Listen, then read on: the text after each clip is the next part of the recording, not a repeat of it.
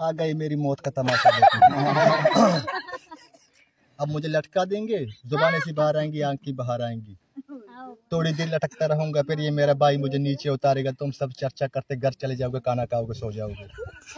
लेकिन ध्यान में रखना, तुम्हारी खामोशी, बुज़दिली, नामर्दानगी कल इस देश की मौत का तमाशा इसी खामोशी से देखेगी। कुछ नहीं कहना मुझे, तुम्हें कुछ नहीं कहना। तुम्हारी जिंदगी में कोई फर्क पड़ने वाला नहीं। अंधेरे में रहने की आदत पड़ी है, तुमको गुलामी करने की आदत पड़ी है। पहले राजा महाराजाओं की गुलामी की, फिर अंग्रेजों की, अब चंद गद्दार नेताओं की और गुंडों की। कलम वाली बाई क्रांति लाना चाहती थी, कलम के जोर पे काले वर्दमान खत्म करना चाहती थी। कौन समझा उसकी बात को? सब साले मुर्दा जिंदा लाशें किसे जगाती? मैं जाग गया, कुछ अच्छा काम करके जा रहा हूँ, सुकून है।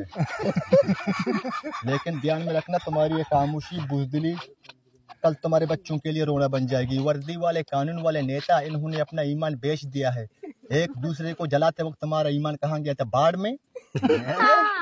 ये पिस्सू जैसा हमारा पड़ोसी मुल्क शायद आने वाले दिनों में अपने आप को दुनिया के नक्शे पे देख नहीं पाएगा। एक बात भूल रहा है, उनके घर में जो रोटी बनती है उसका आटा भी विदेशी चक्की से पीस के आता है।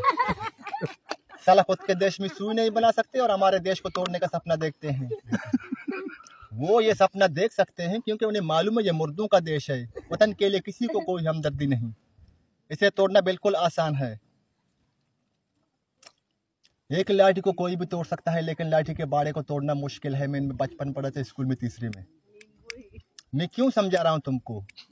क्यों बात नहीं कर रहा हूँ इन पत्थरों से? हंसो हंसो, और जोर से हंसो। क्रांति की राह पर आज कोई और मरने जा रहा है, कल कोई और मरेगा। हमें क्या, जियो भाई जियो, जैसे चाहे जियो। मैं हिजड़े की जिंदगी नहीं जी सकता।